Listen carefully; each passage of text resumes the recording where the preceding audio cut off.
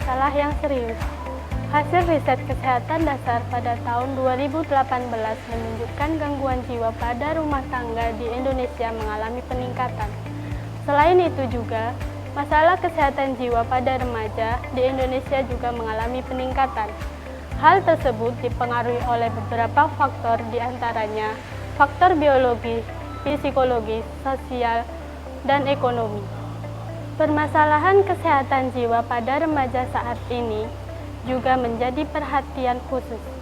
Banyak sekali kasus kesehatan jiwa pada usia remaja seperti cemas, putus sekolah, perkelahian, bullying atau perundungan, depresi, hingga risiko perilaku bunuh diri. Program kesehatan jiwa di sekolah dapat mengkolaborasikan dengan sumber daya yang ada di sekolah, seperti guru khusus bimbingan konseling, kegiatan ekstrakurikuler seperti kader palang merah remaja, pramuka, atau kesehatan yang lainnya.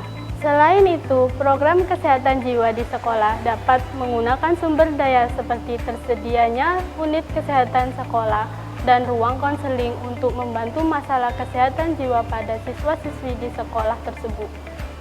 Program Pojok Curhat salah satu program inovasi yang dapat diimplementasikan di sekolah sebagai usaha kegiatan untuk mencegah masalah kesehatan di sekolah. Agenda pertama yaitu perkenalan siswa-siswi. Tujuan dari kegiatan tersebut adalah yang pertama, siswa-siswi mengetahui dan memahami kegiatan yang akan dilaksanakan. Yang kedua, fasilitator dan peserta saling mengenal satu dengan yang lain. Yang ketiga, menyepakati norma yang berlaku selama proses pelatihan. Kemudian yang terakhir, menyepakati jadwal pelatihan. Adapun media yang dapat digunakan dalam kegiatan ini yaitu yang pertama, di luar jaringan. Ada flip chart, lembar balik, papan tulis, proyektor, laptop, kertas flip chart, dan spidol. Kemudian yang kedua, di dalam jaringan. Medianya bisa menggunakan laptop dan smartphone. Adapun bagian 2, yaitu pengalaman memiliki masalah kesehatan jiwa di usia remaja. Tujuannya adalah menceritakan dan mendiskusikan pengalaman memiliki masalah kesehatan jiwa di usia remaja. Yang kedua, menyimpulkan masalah kesehatan jiwa yang pernah dialami oleh remaja. Kegiatan ini berlangsung 1 kali 60 menit. Bagian 3, sehat jiwa pada usia remaja. Di sini bertujuan untuk 1. Memahami pengertian kesehatan jiwa. Kemudian yang kedua, memahami tanda-tanda kesehatan jiwa. Yang ketiga, memahami penyebab kesehatan jiwa. Kemudian yang keempat, memahami faktor penyebab kesehatan jiwa. Dan yang kelima, memahami perkembangan usia remaja. Kegiatan ini berlangsung dalam 1 kali 30 menit. Bagian keempat yaitu stres, depresi, dan cemas.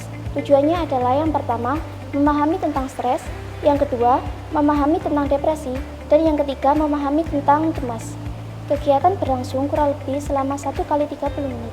Bagian 5, masalah kesehatan jiwa pada usia remaja. Tujuannya ada 4, yaitu yang pertama, memahami tentang bullying atau perundungan. Yang kedua, memahami tentang penyalahgunaan nafsa. Yang ketiga, memahami risiko bunuh diri. Dan yang keempat, ada memahami seks bebas. Kegiatan ini berlangsung selama 1 kali 30 menit. Bagian 7 membahas tentang upaya sekolah dalam meningkatkan kesehatan jiwa. Adapun tujuan dari kegiatan ini yaitu 1. Memahami deteksi dini terjadinya gangguan kesehatan jiwa pada remaja di sekolah. Kemudian yang kedua yaitu memahami teknik pemberian bimbingan konseling untuk guru. Kemudian yang ketiga, memahami strategi dalam meningkatkan kesehatan jiwa di sekolah. Kemudian yang keempat, memahami peran stakeholder dalam penyediaan layanan kesehatan jiwa di sekolah. 5. Memahami pelayanan kesehatan jiwa pada remaja di sekolah. Kegiatan ini berlangsung kurang lebih 1 kali 45 menit. Bagian 8 adalah menjadi konselor pada remaja sebaya. Tujuan yang pertama adalah memahami konseling pada remaja sebaya. Tujuan yang kedua adalah memahami komponen konseling remaja sebaya. Yang ketiga, memahami proses konseling pada remaja sebaya. Yang keempat, latihan konseling pada remaja sebaya. Waktu kegiatan berlangsung kurang lebih 1 kali 45 menit. Dari rangkaian kegiatan Pojok Curhat sebagai upaya implementasi menuju sekolah sehat jiwa di pedesaan, maka perlu diadvokasi dari pihak-pihak terkait seperti Dinas Pendidikan, Kementerian Agama, Kementerian Pendidikan dan Kebudayaan, Dinas Kesehatan, Kementerian Kesehatan, ataupun lembaga swadaya masyarakat yang berhubungan dengan sehat jiwa, sehingga akan tercapailah sekolah sehat jiwa di pedesaan.